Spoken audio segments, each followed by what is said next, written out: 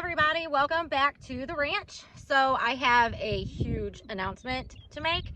So we are moving our ranch from big wide open spaces, Northern Wyoming, to sunny, beautiful Northern Florida. So crazy announcement, big things going on. So if this is my Instagram or my Facebook, go on to my long form content on YouTube. I'm going to make a full explanation of why we are moving our operation from Wyoming to Florida. It has a lot to do with the breed of cattle that we raise, the Wagyu. And also I have a big surprise that is also coming with the move, which I'm also going to share. So get on there. It's YO Wagyu is our YouTube channel name, and I'm going to be doing long form content 3 days a week, so like with our whole journey. So it's going to be amazing, and you can see where your food comes from, how it's raised. Right now with our move and everything that's happening, we do have a special going on to clean out the freezer, and every beef that we are going to sell from here until we get the operation up and going in Florida, we are only going to be doing beef shares. So quarters, halves, wholes. Right now on the grass fed, I have a half a beef left, either a half or 2 quarters, however you guys, however you want to do it. Now on the grain finish, we have 9 head that we can take, but we're not going to process them unless they are pre-ordered. Then we will take them, because we really don't want to have to tie up freezer space or run it for just such little amount of meat, because it's very expensive to run the freezer. However, huge sale, Mangalitsa pork. Oh, I do have 3 lamb also, and two of them, yeah, 2 are left for share. So it's a whole lamb share. So I do have those. Those are also be going on May 7th. But let me tell you about why we are moving to beautiful Florida.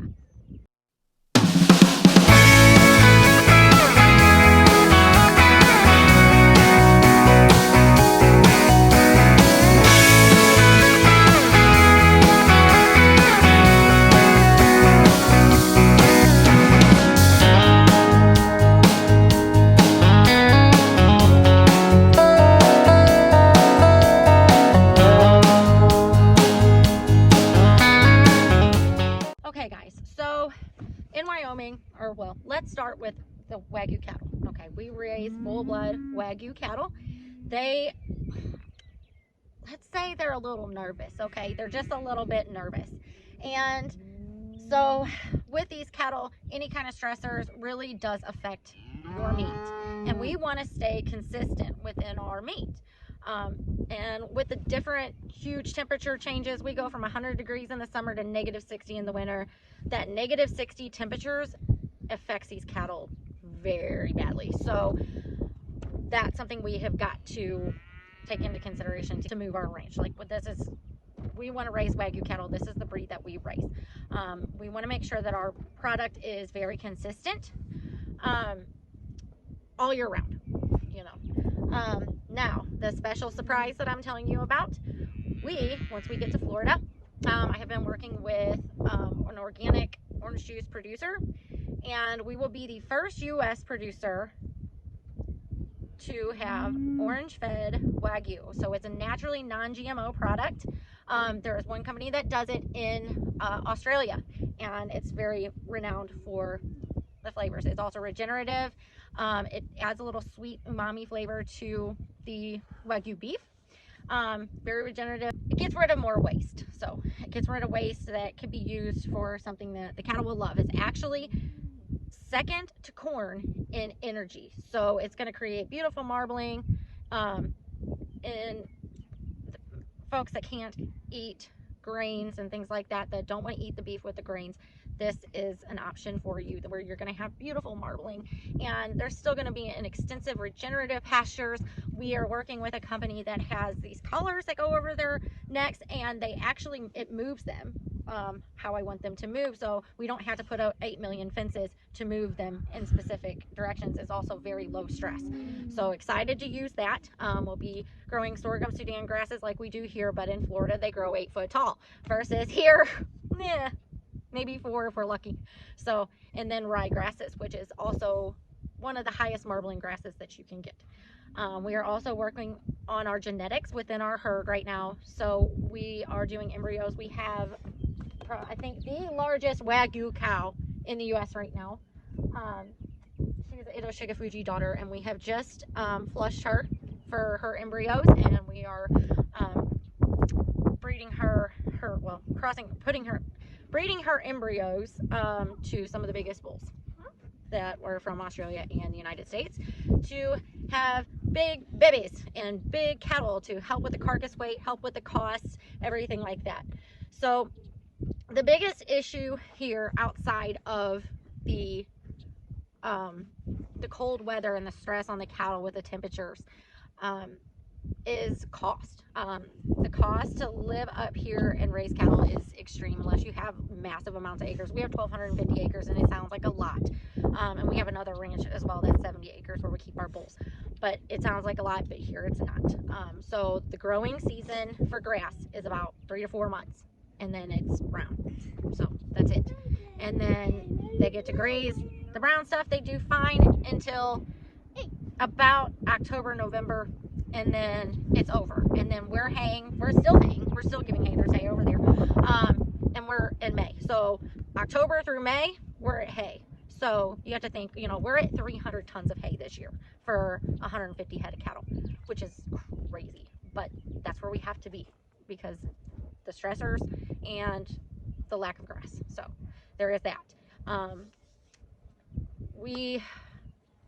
And then on top of that, we do farm to table. We ship throughout the whole country, but for me to get boxes and liners, I have to order them online, and that's great and all, but the boxes and liners might cost me $600, but the shipping costs to ship here, I'm looking at anywhere from $1,300, $1,400, all the way up to $3,000, $4,000. And that's not even them shipping them to the ranch. That's me driving an hour to the closest town and then picking them up in a trailer and bringing them back. And then I have to drive 5 hours every other week to go get dry ice. So all these factor in on cost. Like, it's just insane, the cost.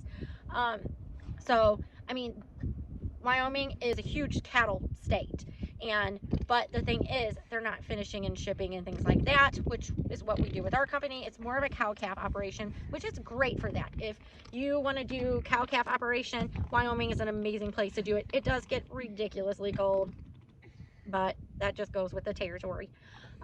But as a farm-to-table complete producer and somebody that's trying to raise very high genetics, this is not the place for us.